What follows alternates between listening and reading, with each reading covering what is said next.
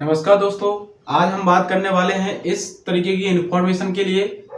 Video के अंदर बहुत अच्छा कंटेंट मिलने वाला है। यदि आप कोई आरआरबी, रेलवे और एसएससी का एग्जाम की तैयारी कर रहे हैं, उसमें जीके आता है, अगर करंट अफेयर आता है उसके अंदर, तो बहुत ज्यादा इंपॉर्टेंट क्वेश्चन होने वाले हैं आपके लिए ये। तो आइए वीडियो के साथ देखते हैं कि इसमें कितना बेहतरीन कंटेंट है। अगर आप कोई बड़े एग्जाम की भी तैयारी करते हो तो देखो, करंट तो करंट होता है। अगर करंट में कोई न्यूज आई है, सर्कुलेट हो रही है, तो वो सबके लिए सेम है। चाहे वो आप जीडी का पेपर दो, चाहे आप क्लर्क का दो, चाहे कलेक्टर का दो, चाहे कोई एमपीपीएससी का एग्जाम दो, करंट करंट होता है।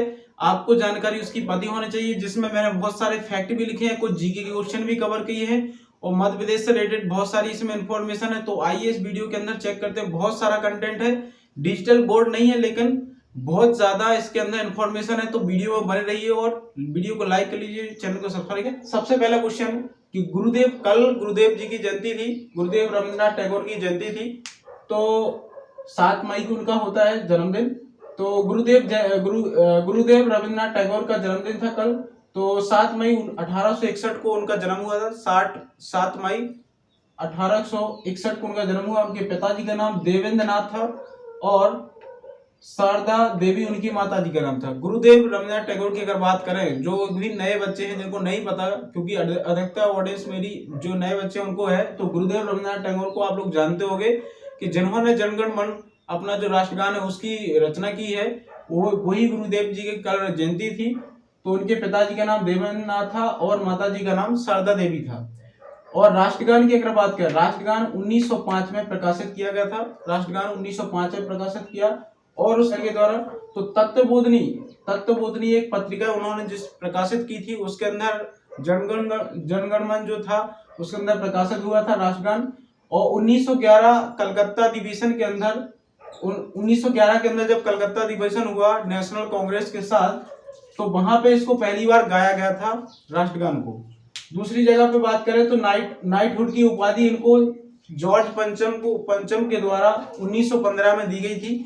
जॉर्ज पंचम तब भारत आए थे जब कलकत्ता से देश की राजधानी दिल्ली शिफ्ट की गई थी। उस टाइम पे नाइटहुड की उपाधि रविन्द्रनाथ टैगोर जी को दी गई थी।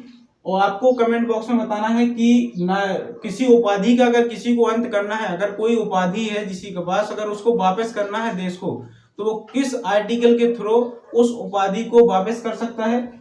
अगर बात करें तो 1919 में जालियांवाला बाग हत्याकांड हुआ। उस टाइम पर जब विरोध प्रदर्शन हुआ, तब रविन्द्रनाथ टैगोर जी ने क्या किया था कि अपनी जो नाइटहुड की उपाधि जो जॉर्ज पंचम ने उनको 1915 में दी थी, उसको वापस कर दिया था। और इनको नोबेल पुरस्कार की बात करें तो 1913 में नोबेल पुरस्कार मिला था साहित्य के क्षेत्र में। और इनकी जो साहित्य के लिए कविता, ये जो कह सकते हैं बुक है, वो गीतांजलि थी। इस गीतांजलि बुक के लिए 1913 में नोबेल पुरस्कार के लिए सम्मानित किया गया था। और इसी टाइम पे जो गीतांजलि की आपको क्वेश्चन बताना है कि गीतांजलि का अंग्रेजी में अनुवाद किसने किया था। बात करें तो विश्व भारतीय विश्वविद्यालय की इन्होंने, जिस विश्व भारतीय विद्यालय, कभी देखा होगा कि हर शहर के अंदर कोई ना कोई विश्व भारती विद्यालय होता है, तो इसकी शुरुआत में रविन्द्रनाथ टैगोर जी ने ही की थी। तो 1921 में इसकी उन्होंने स्थापना की इस संस्था की। तो उसके ही आज तक विश्व भारती विद्यालय चल रहे हैं पूरे देश के अंदर। बात करें Uber plus Thomas cup, Uber cup और थॉमस कप अभी कुछ टाइम पे हो रहे हैं, बैडमिंटन से रिलेटेड है। और 2024 में मेल और फीमेल, मतलब अगर बात करें तो पुरुष और महिलाओं के दोनों के कॉम्बिनेशन की बात करें तो ये चाइना देश ने जीते हैं उबेर और थॉमस कप 2024 के। अगर बात करें T20 विश्व कप, जो T20 विश्व कप होने वाला है कुछ टाइम बाद, तो वो किस देश के अंदर होगा और कब से स्टार्ट है, तो जून 2024 से T20 विश्व कप स्टार्ट होगा। और वेस्ट इंडीज और यूएसए के अंदर होगा ये बेस्ट T20 विश्व कप। उसमें जो कप्तान का काम करेंगे वो है रोहित शर्मा कप्तानी के लिए काम करेंगे। और साथ में एमपी से एक खिलाड़ी रखा गया है रिजर्व के लिए, रिजर्व खिलाड़ी रखा गया है एमपी से। इसलिए ये न्यूज तुम्हारे लिए इंपॉर्टेंट है कि आवेश खान है एक खिलाड़ी जो कि इंदौर से रहने वाले हैं, वो इसके अंदर रिजर्व खिलाड़ी के रूप में रखे जाएंगे। इस टाइप के खेल में 2007 में भारत जीता गया। 2007 में पहली बार भारत जीता था, उसके बाद तक कभी इसका कोई इसमें जीत हासिल नहीं हुई है T20 मैच के अंदर। अगर आपको यहाँ पे कोई अदर जानकारी याद है तो कमेंट बॉक्स में कीजिए। अगली बात करें तो अगर संदेश ऐप अभी फिलहाल में 2024 में ग्वालियर के अंदर, ग्वालियर जिले के अंदर ये प्रकाशित हुआ है।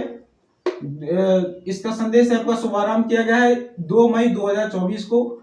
ये संदेश ऐप जो है एमपी गवर्नमेंट के द्वारा लॉन्च किया गया और इसका काम है कि अपराधों को कम करना, अपराधों को उनकी ट्रैकिंग करना और उनको कम करना संदेश ऐप का काम है। और बात करें तो आयुष मंत्रालय के अभी निर्देशक की बात करें, सुबोध कुमार जी हैं आयुष मंत्रालय के। इस टाइम पे अभी शुरुआत में ही अपॉइंट किए गए हैं सुबोध कुमार आयुष मंत्रालय के निर्देशक। आकाशवाणी समाचार पत्र के निर्देशक की बात करें तो मौसम चक्रवर्ती है आकाशवाणी समाचार पत्र के निर्देशक के रूप में अभी अपॉइंट हुए हैं। अगली बात करें तो यहाँ पे भोपाल के अंदर भारत भवन एक बना है। भारत भवन इसलिए इम्पोर्टेंट, अलग से जानकारी दी है थोड़ी सी कि भारत भवन एक जो है कहाँ पे है, मध्य प्रदेश के भोपाल में बना है। नाम है भारत भवन लेकिन मध्य प्रदेश के भोपाल में स्थित है। और इसके जो वास्तुकार थे, मतलब इनको जो इसके आर्किटेक्चर थे जिन्होंने इसको बनाया है वो चार्ल्स कुरियन थे और 1982 के समथिंग थी। तो उस तत्कालीन अगर बात करें तो इंदिरा गांधी प्रधानमंत्री हुआ करते थे। तो इंदिरा गांधी प्रधानमंत्री जी ने इसका इनॉग्रेशन किया था उस टाइम पे 13 फरवरी 1982 को। भारत भवन भोपाल में स्थित है। अगला अगर क्वेश्चन की बात करें तो MP central drug testing lab की अगर बात करें तो इंदौर के अंदर ओपन की गई है। और इसका ओपनिंग जो इंदौर के अंदर की गई है वो है मनसुख मांडविया जो कि हमारे स्वास्थ्य मंत्री हैं, उन्होंने इसको वहां पे इनॉग्रेट किया है। Central MP testing. किस देश ने योग को आधिकारिक स्तर पर अपनाया है? तो देखिए सामने पाकिस्तान नाम का एक कंट्री है जो कि हमारा ही पड़ोसी है। उसने आखिरकार भारत के योग को आधिकारिक तौर पर पुष्टि दे दी है और उसने अपना लिया है। क्योंकि योग को पहले वो पूरी तरीके से खिलाफ था, लेकिन अब उसने योग जो अपना देश का है उसको पूरी तरीके से आधिकारिक तौर पर मान लिया है कि योग को वो आधिकारिक तौर पर देश के अंदर कराएगा। विश्व योग दिवस 21 जून को मनाया जाता है। ये इंपोर्टेंट अलग से क्वेश्चन है। 21 जून को क्यों ये रखा गया? क्योंकि 21 जून को सूर्य की जो रेखा किरण है वो कर्क रेखा पर लंबवत पूरी तरीके से परपेंडिकुलर पड़ती हैं, इसलिए 21 जून इसलिए जरूरी है। और दूसरी बात करें तो उत्तरी गोलार्ध में सबसे बड़ा दिन पड़ता है 21 जून को। उत्तरी गोलार्ध के अंदर कर्क रेखा भारत के कितने राज्यों में उससे गुजरती है? कर्क रेखा की बात हुई तो कर्क रेखा भारत के 8 राज्यों से निकलती है, जिसके अंदर जैसे कि राजस्थान, गुजरात, एमपी, छत्तीसगढ़, झारखंड, वेस्ट बंगाल, त्रिपुरा, मिजोरम। इस तरीके से पूरे के पूरे 8 के 8 राज्य हैं जहां से कर्क रेखा निकलती हुई जाती है, जिसमें एमपी भी आता है, इसलिए जरूरी है एमपी वालों के लिए। आदिवासी यहाँ पे माही नदी की अगर बात करें तो इसे आदिवासियों की गंगा भी कहते हैं। आदिवासियों की गंगा कैसे कहते हैं? माही नदी को कहते हैं। और एमपी के वेस्ट में यह बहती है, जो एमपी का जो पश्चिमी भाग है वहां पे ये माही नदी बहती है। और इसका उद्गम धार जिले से हुआ है। माही नदी का उद्गम कहां से हुआ है?